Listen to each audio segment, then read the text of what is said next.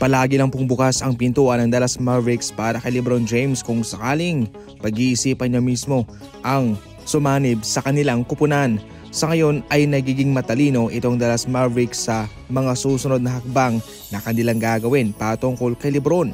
Matunog na nga ho sa mga nagdaang linggo pa lang itong patungkol sa isang malaking posibilidad na pagsama ni LeBron James sa Dallas Mavericks. Ngayon atin nga rin hong naibabalita na ang Dallas Mavericks ay interesado rin po, pero sa pamamagitan lamang ng buyout. Ibig sabihin niyan ay kinakailangan na magpa-buyout ni LeBron James sa Los Angeles Lakers para makuha siya ng Dallas Mavericks.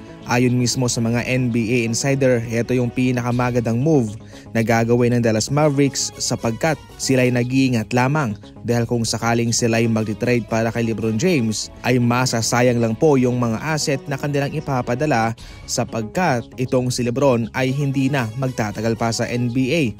Definitely mga 1 taon o 2 taon pa, kaya sa puntong ito ay walang kabuluhan kung mag-trade ang Dallas Mavericks magpadala ng mga assets sa Los Angeles Lakers para sa isang player na hindi naman nila mapapakinabangan long term. Kaya sa puntong ito ang pinakamagandang senaryo para makuha ni LeBron ang kanyang gusto at ng Dallas Mavericks, ito ho'y sa pamamagitan ng buyout process. Marami na po ang mga nasampulan patungkol sa pagtangi nila ng mga kontrata na ino-offer ng kanilang kupunan. Marahil mas malaki pa ang kanilang gusto. Isa nga ho sa mga hindi nakakalimutan sa ngayon ng mga NBA fans ay itong si Dennis Schroeder. Kanyang tinanggihan ang $84 million extension ng Lakers sa kanya sa loob ng 4 na taon.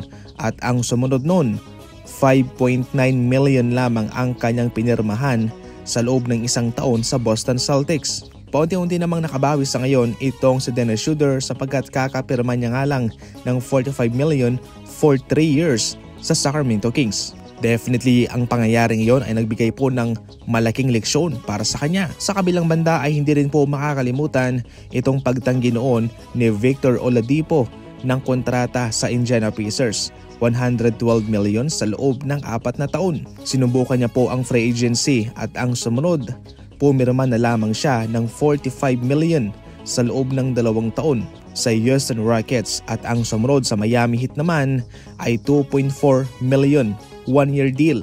So definitely kung ating babalansehin, kung kinuha niya lang ang 4-year contract na yun, $112 million. Pwede siyang kumita ng up to $50 million for 4 years.